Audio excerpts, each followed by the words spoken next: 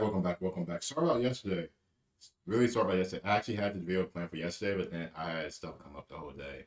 I wasn't really home. And so that's my apologies, my bad. But we are back. We are going to be going over preseason review, testing, stuff like that. So 10 things that we learned from the preseason testing. Shout to Race as always, big time channel. Looking forward to it, man. Obviously, I do know some things. You listen to the podcast, read articles, and to you guys' comments as well. McLaren struggled. Red Bull looking fast as always. They seem like they're gonna be top dog this year. Ferrari, is up there. But Leclerc said it's a bit struggling in terms of we are gonna have to kind of we're not as fast as what we should be compared to Red Bull. I think Aston Martin has some good things as well. But there is no Lance Stroll, so it's gonna be the F2 champion, I think, from last year, stuff like that. I forgot his name, but it's me, him, and Fernando Alonso. So we already have some stuff kicking off. It should be a very, very fun first race at Bahrain on Sunday. Looking forward to it. We should be live for that. So you guys do remember to check in for that race. As always, man. Last season was great. Really enjoyed this season. We are going to be back at with the live stream and stuff like that. Also, we are going to have some post race stuff. So I'll probably just going to stay on after the race. We can just talk about for a few minutes. Just some reviews, just some stuff we learned from the race, stuff like that. And videos still going to be coming. But anyway, let's go ahead and hop straight into the video. Don't forget to touch the video and sub as well as always. Boys and girls, let's get it. And a team that looks like it might really burst out of the midfield are the headline takeaways from 3 days of Formula One preseason testing in Bahrain. Inevitably, we don't have all the answers we'd like, but just like the teams, we have learned an awful lot from our time camped at the Sakir circuit. From pecking order hints to unpicking some of the less representative runnings, here are 10 of our takeaways from testing. Red Bull had the best pre-season test possible. The car was quickest on short and long run pace, looked nailed to the track, and racked up a handy amount of mileage. This is very much an evolution of the all-conquering RB18. Red Bull has ruthlessly improved every aspect of the car, including the weight, to create a machine that builds on the phenomenal success of last year. Its pace advantage over Ferrari didn't look massive, but it was enough. Doubly so on the long runs when Red Bull appeared to have a bigger edge on tyre management. All of this adds up to confirmation that Red Bull and Max Verstappen are every bit the preseason favourites they were expected to be, with Verstappen not even trying to hide how happy he was with how much mileage the team got, how much it worked through, and how pleasant the car was to drive. Aston Martin is refusing to get carried away, but the fact is, in the paddock at the end of testing, everyone seemed to believe this team could be clear of the midfield and maybe even cause a bit of trouble for some of the big three.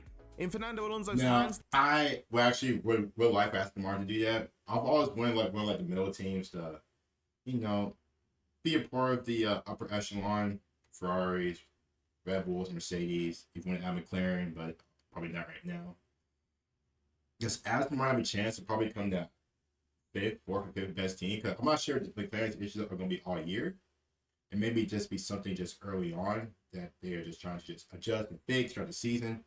But could Aston Martin, jump over Alpine? Could they jump over, I expect them to jump over the Haas, Williams, stuff like the AlphaTauris. But could they play a part in that, their spot on the constructors? Obviously, I put in Alonso as well. An experienced two-time champ. Should be pretty good as well. So, looking so far for Aston Martin, man,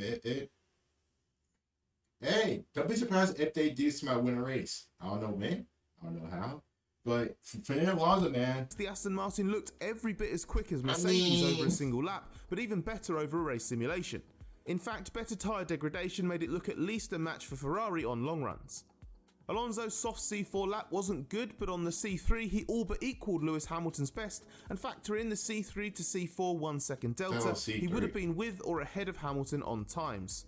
From day 1 to the end of day 3, the AMR23 looked competitive on track in all conditions and on all tyre compounds. Jesus. After Red Bull, Aston Martin left arguably the strongest impression of any team. That car does look nice though. Now that I am thinking about it. Ferrari did little on track to set the Bahrain paddock alight, but it remained quietly confident in its car at the end of testing. Some low fuel laps earlier in the final day when the track was slower seemed to put Ferrari within about 2/10, but his long run pace was less impressive. Ferrari feels that this was a very productive test, with a lot of work done exploring the car's setup window and validating reliability. Some experiments didn't work, which is when the car looked least encouraging, but in the right window, Ferrari feels the car has the performance it needs. There are no dramatically different car traits, although Charles Leclerc said it's a bit better on the straights and a bit harder in the corners, a trade-off Ferrari has made to try to combat Red Bull's straight-line speed advantage from last year. Yeah, Red Bull on straights last year was There's always the tantalising expectation that at testing, especially on day one, myriad innovative car tweaks will be revealed either thanks to being hidden previously or not on the car at all. But such revelations at this test were restricted to fairly subtle aero tweaks, which might be indicative of the phase that F1 teams have moved into with these cars in a stable set of rules. They've locked in their concepts, they understand them relatively well, and now it's all about incremental fine-tuning and the constant massaging of aero surfaces to optimise the airflow in every way. Cumulatively, there can be huge performance gains in all of those changes. But we also know that updates are coming. Alpine will have a visible one at the opening race, while Mercedes and McLaren have both teased significant ones in the coming weeks. Some changes coming up. Mercedes had a strange 3 days in Bahrain. It started solidly on Thursday, was all at sea on Friday, then turned things around on the final day to settle down into what seems to be an ambiguous place in the pecking order. The Mercedes doesn't look like a Red Bull beater, or at least not yet, but its grasp on third place is also in question. Though the progress made... Mercedes is gonna deal with that though. Mercedes letting Red Bull win 3 straight. I don't think Mercedes is gonna be wanting to go for that. I'm not expecting Mercedes to. But I do agree that Mercedes is as good as Red Bull this year. Just because, like I said, this is a preseason test, just how good Red Bull looked. But I wouldn't count Mercedes to at least bring somewhat of a challenge. I mean, hopefully Ferrari does solve some issues from last season, just decision making stuff like that. So I am still high on Ferrari because of my boy. Yeah, my boy Leclerc and Sainz, but I wouldn't really count Mercedes. We gonna see. I expect it still be up there. I expected to win a lot more races this year compared to last season. I think it's just with George Russell with Brazil. That was the only race that he won. So I'm expecting Mercedes to be a bit more on the final solid, day was significant. more smooth. It was also inconclusive. Trackside engineering director Andrew Shovlin said the team ended in a better place and has understood where it needs to put its attention over the next few days. It's not perfect, but the drivers and the team are trying to look on the positive side, and the car at least doesn't have a porpoising problem.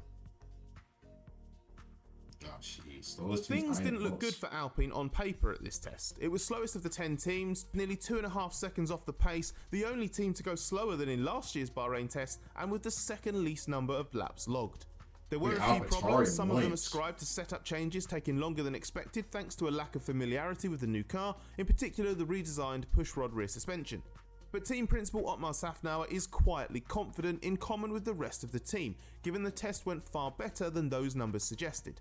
It was holding back a lot of performance, most likely with a detuned engine, and on long run pace the Alpine looked far stronger, and of the traditional midfield group, only slower than Aston Martin. Both Esteban Ocon and Pierre Gasly were upbeat and spoke positively about the feeling of the car, and there's an upgrade plan for the opening race too. Third place on the overall timesheets flattered Alfa Romeo, but not by as much as you might assume. Dude, can we just appreciate how sexy that car is, man? That livery on Alfa Romeo, oh my god, it's so freaking amazing, man. That black and red goes stupid. Given the team played a diminishing role in the upper midfield last season, it wasn't hotly tipped to start this year strongly, but testing went well. While there was a Ferrari power unit related problem that led to Valtteri Bottas stopping on track on the final day, the C43 logged 402 laps over the 3 days, which Bottas described as plenty. The fast corner instability troubles of last year have clearly been improved, and both Bottas and Zhou Guanyu confirmed that was the case. Bottas said there's no big limitations and the car's really nice to drive. That's good. While the Sauber Run team has a reputation for showing more of its hand than most in pre-season, Alfa Romeo heads into the Bahrain Grand Prix weekend as the midfield dark horse. Yeah, this has not been a good test for McLaren, with a sense of deja vu from 12 months ago. Limited running from a curious reliability problem and a car that looks troubled. Running repairs to the wheel brows cost it mileage on the final day and followed some time lost on Thursday to bodywork reinforcement as well. So the car is lacking track time relative to rivals, and it continues to look vexing when it's running. Oscar Piastri's big spin early on the final day was a dramatic example of that, but it didn't exactly look like a midfield beater in Lando Norris's hands either. Unfortunately, McLaren's limitations are inherently linked to the launch specification of car that missed some of its development targets, and there's no. I think McLaren is going to have a bad race on Sunday just because of these issues, like he's talking about, the whole like, because they really didn't get a lot of like lap time with it. I think it was like Brad 300, like below that. There's like a lot of laps behind other cars who you know did a lot of laps with their cars. You know what I mean? If they don't have like a good race on Sunday, I do think people are gonna be like, oh my gosh, like I personally won't really stress too much about it. It's only the first race, but still, you want to come out strong. And I think a lot of people have McLaren having a good season. But right now, it's kind of, like, should we be a tad bit worried? Should we be a tad bit worried about the McLaren this year? Fix that for at least a few more weeks. A driver's concern There was were really a few complaints before this test about 3 days not being enough, mainly from drivers. But by the end of this week, some people were left wondering if 3 days is actually too much in the current circumstances. What? Every single team completed at least one filming day prior to the start of testing, meaning they were able to put together significant mileage in Bahrain with minimal interruptions.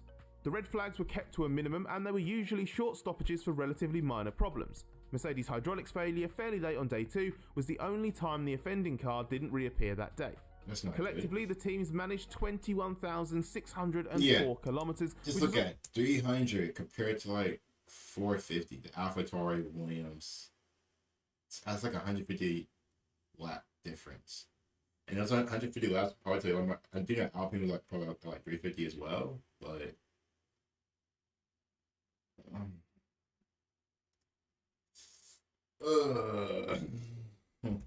almost 5,000 3 days, I don't think it's that bad. Testing in Bahrain 1 year ago. The current packages are much better understood, and with power units that are carried over from last year. I mean, because no offense, what is 1 day going to tell you over a car? I think 3 days is perfectly fine. 1 day, like if you race, you try a car for 1 day. What's that really going to test you? Then what you try to go straight into preseason? Practice, the quality stuff like that. I think 3 days can tell you a lot about the car, because the first day can be different than the second day, and the third day can be different than the second day. Like you can find new issue. Like it's like practicing for a concert. Like you go over your instrument once, then like, okay, it sounds good. Next thing you know, when you get to like quality, when you get to like the pre-test, or you get to like the pre-performance, you tune the instrument. It sounds pretty funny. It sounds pretty different. Next thing you know, when it comes to your race, it's an issue. You know what I mean? Like, I think 3 days is perfectly fine. I think 3 days is perfect. Liability is more of a given. Oh, and even though there are new floor height rules for this season to help combat porpoising, and the expectation was that it would knock car performance back by around half a second, the cars are already faster than last year. With no rule changes planned before 2026 and an engine freeze until then too, maybe F1 needs to consider reducing preseason testing days even further for the next few years. It might help mix things up at the start of the season instead of letting everyone get so well sorted. Yeah, but you want people. But I think for me, I want people to be at their best before the first race of the season. Like, if we're at the first race like of the season and you have like cars, having issues left and right, then it's kind of. I think for me, it would be a bit of like a bummer.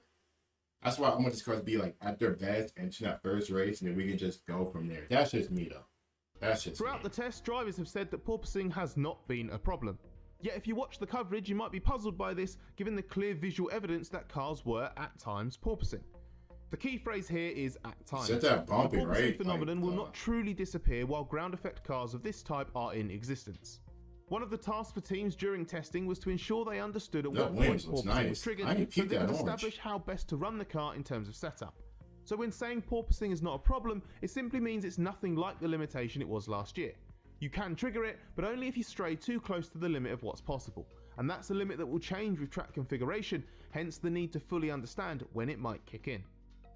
That's our run through of the biggest lessons from testing. If you So there's some good, there is some bad. That was interesting. A really, really good catch up. If you guys did not really watch, you guys probably watched preseason. No, you guys probably did watch preseason.